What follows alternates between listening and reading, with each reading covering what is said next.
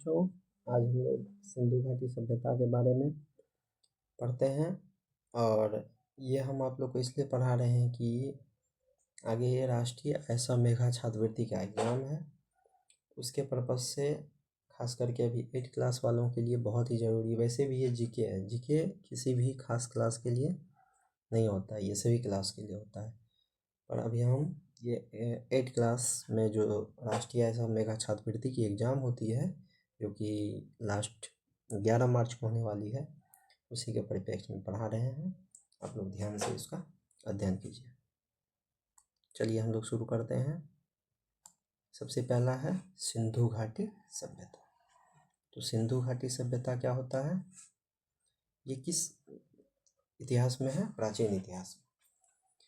सबसे पहले हम लोग जान लें, जैसे कोई भी सब्जेक्ट पढ़ने से पहले उसके बेसिक को जान लेना ज़रूरी होता है। जैसे कि यहाँ हम लोग है क्या, यहाँ है कि इतिहास किसे कहते हैं।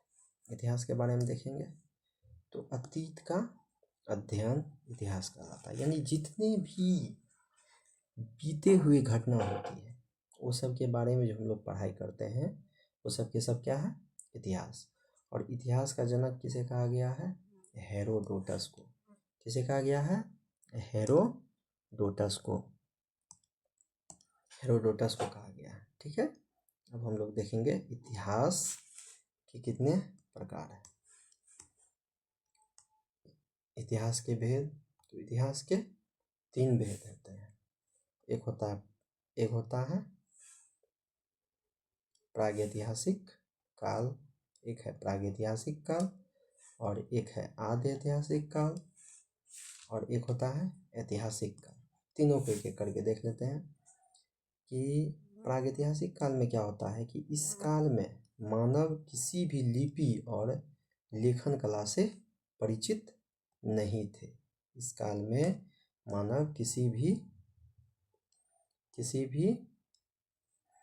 लिपि और लेखन कला से परिचित नहीं थे, यह है। और इसी काल में हम लोग को क्या हुआ था? पाषाण काल का खोज हुआ था। पाषाण काल, ताम्र काल, है ना, ताम्र। फिर आगे देखिए, फिर आगे है सेकेंड जो है आदि ऐतिहासिक का था। इस काल में लिपि से परिचित थे लेकिन उसके बारे में पढ़ा नहीं जा सका। और इसी काल में हड़प्पा, सिंधु घाटी सभ्यता, ये सभी का खोज हुआ था। ठीक है, आगे देखते हैं हम लोग कि जैसे हम लोग का यह है प्रागैतिहासिक काल। प्रागैतिहासिक काल के बारे में देखते हैं। इसमें क्या हुआ कि मानव किसी न किसी लिपि से परिचित थे और उसे पढ़ा भी जा सकता था। और इसी के अंतर्गत प्राचीन, मध्यकालीन और आधुनिक भारत आते हैं। इसी के अंतर्गत मध्यकालीन भारत आते हैं। अब हम लोग देखते हैं सिंधु घाटी सभ्यता क्या है उसके बारे में। सिंधु घाटी सभ्यता,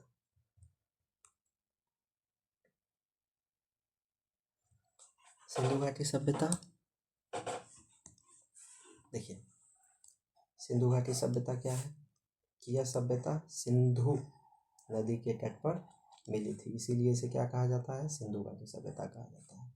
और इसकी सबसे पहले जानकारी हड़प्पा की खुदाई से हुई थी और इसलिए इसे हड़प्पा सभ्यता भी कहा जाता है। ठीक है,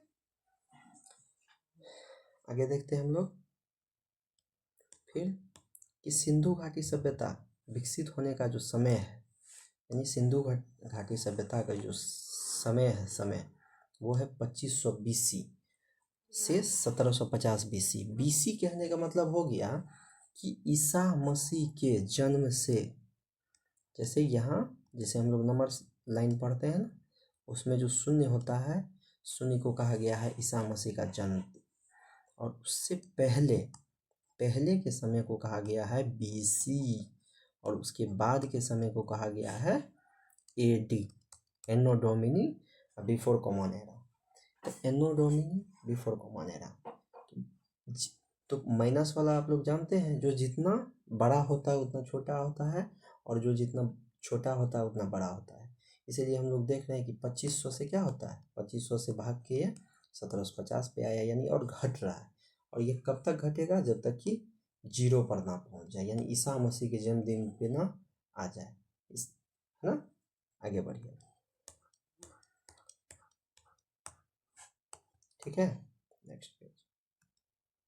अब हम लोग देखेंगे कि सिंधु घाटी सभ्यता क्या कह रहा है। सिंधु घाटी सभ्यता विश्व की सबसे पहली शहरी सभ्यता थी, और इस सभ्यता की जानकारी सर्वप्रथम 1826 में चार्ल्स मेसन ने दिया था, और 1961 ईस्वी में तत्कालीन जो भारतीय पुरातात्विक सर्वेक्षण विभाग के महानिदेशक थे सर जॉन मार्शल के समय में हुआ था। और उसी के समय में खुदाई के काम कर रहे थे राय बहादुर दयाराम साहनी, इसीलिए उसको इसका खोजकर्ता माना जाता है, क्योंकि खोज तो यही रहे थे, है ना। ये इसी को खोजकर्ता माना जाता है, राय बहादुर दयाराम साहनी ने हड़प्पा की खोज की थी, ठीक है। अब देखिए, इसका हम लोग देख लेते हैं कि इसका माइंड मैप देख लेते हैं, यानी उसका डायरेक्शन देख लेते हैं। चौहद्दी क्या होता है, चौहद्दी देखिए, जैसे यहाँ देखिए, इसका उत्तरी जो सीमा होता है, इसका उत्तरी सीमा ये है मांडा जम्मू कश्मीर, ये है उत्तरी सीमा, और उत्तरी सीमा कहाँ है, मांडा जम्मू कश्मीर में, ठीक है। आगे देखते हैं, इसकी जो पूर्वी सीमा है वो आलमगीरपुर यूपी में है, और इसकी जो पश्चिमी सीमा है वो सुख्ता गंडोर यानी बलूचिस्तान में है, ठीक है। पूर्वी, और वैसे भी पूर्वी भाग हम लोग बिहार की चौहद्दी से भी जानते हैं कि बिहार के पूर्व में कौन है, वेस्ट बंगाल है, और पश्चिम में क्या है, यूपी है। खैर उससे कोई मतलब नहीं है, हम लोग बस इस पे ध्यान देंगे कि उत्तर में क्या है, उत्तरी सीमा क्या है इसका, कि उत्तरी सीमा मांडा जम्मू कश्मीर है, पूर्वी सीमा आलमगीरपुर यूपी है, पश्चिमी सीमा सुख्ता गंडोर बलूचिस्तान है, और इसका जो दक्षिणी सीमा होता है, दक्षिणी सीमा है आपको दैमाबाद महाराष्ट्र, इस पर ध्यान देना है, ठीक है।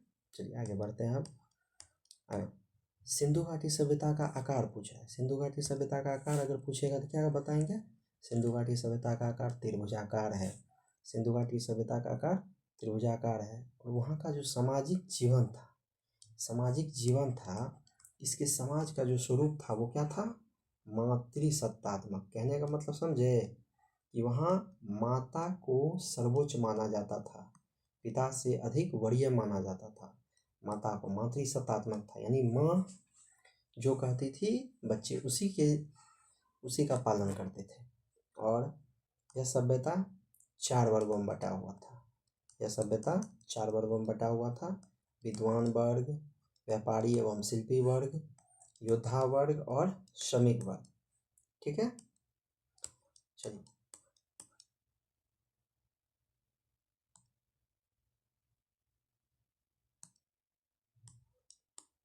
आगे देखते हैं हम लोग कि सिंधु घाटी सभ्यता के लोग भोजन किस प्रकार के करते थे। सिंधु घाटी सभ्यता के लोग भोजन किस प्रकार के करते थे, तो भोजन किस प्रकार का करता था यहाँ के लोग शाकाहारी और मांसाहारी दोनों प्रकार के भोजन करते थे, ठीक है। और हम लोग देखेंगे इसका शवाधान प्रणाली